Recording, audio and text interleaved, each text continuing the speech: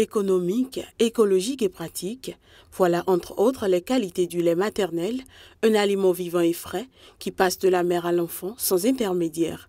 Cependant, bon nombre de femmes ignorent la vertu de l'allaitement maternel et ont tendance à préserver la forme de leur sein, préférant plutôt l'allaitement artificiel, une pratique contre laquelle luttent les sages-femmes et les assistantes sociales. Allaiter son enfant, c'est le nourrir par le sein.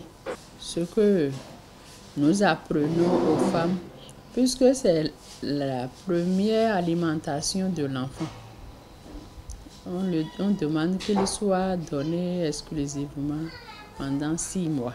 Les premiers jours, les seins de la maman produisent du colostrum, qui est un liquide épais, jaune ou orange, très riche en vitamines et anticorps. Le bébé en reçoit en petite quantité.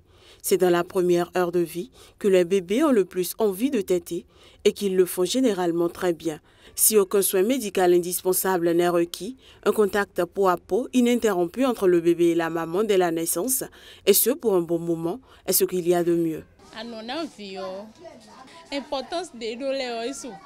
L'allaitement maternel permet de toujours garder son enfant en bonne santé, facilite une bonne croissance de l'enfant. Il favorise la formation de liens entre la mère et l'enfant ainsi que leur attachement mutuel.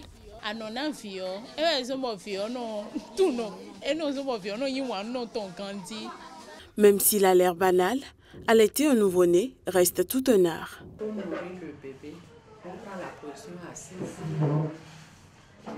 Les pieds croisés. Le bébé face à la maman, la paume de la main gauche sous les fesses du bébé et la seconde main tient le mamelon et le sein, les 2 doigts pressent le mamelon qui est déjà dans la bouche de l'enfant. Les effets bénéfiques de l'allaitement sur la santé de la mère et sur celle de l'enfant sont liés à sa durée et à son exclusivité. Plus la durée de l'allaitement est longue, en nombre de mois, et plus il est exclusif, enfant nourri au sein seulement, plus ses effets bénéfiques sont importants. L'Organisation mondiale de la santé, l'UNICEF et la Société canadienne de pédiatrie recommandent tous aujourd'hui de ne nourrir les bébés que de lait maternel les 6 premiers mois de leur vie. L'allaitement peut ensuite se poursuivre pendant 2 ans et au-delà si on intègre aussi dans le régime du bébé des aliments complémentaires. Ce mardi, les juges nigérians se réunissent en urgence à Abuja. Objectif, évoquer l'arrestation ce week-end de plusieurs magistrats de haut rang par la police secrète du pays lors d'une opération anticorruption. Au moins 7 juges ont été arrêtés au cours du week-end, soupçonnés d'avoir touché des pots de vin. Selon une source proche des services de sécurité, l'enquête porte sur un total de 15 juges.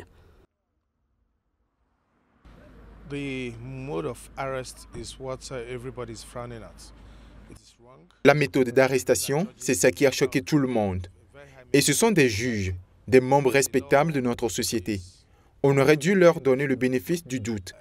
Ils auraient dû être les premiers informés et invités par le département d'État. S'ils n'avaient pas répondu, on aurait pu les arrêter. Mais vous n'allez pas arrêter les gens juste comme ça.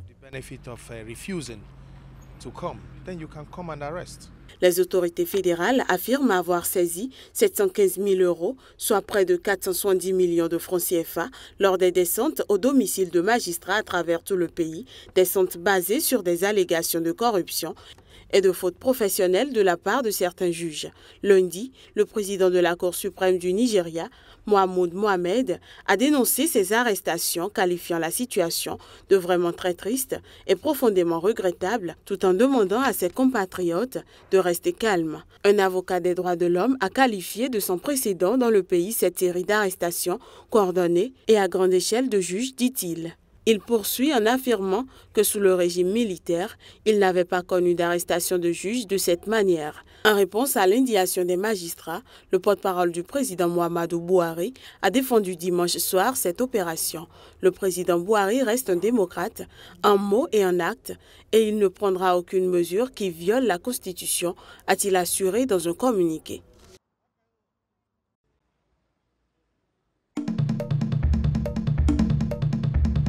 Après plus de 2 mois d'interruption en raison de vacances judiciaires, le procès de Simone Gbagbo a repris ce lundi 10 octobre à la cour d'assises d'Abidjan.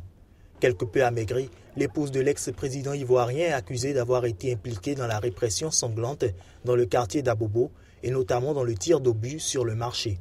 Selon l'accusation, elle faisait partie d'une cellule de crise qui planifiait et organisait des attaques à travers des milices et des forces armées proches du régime.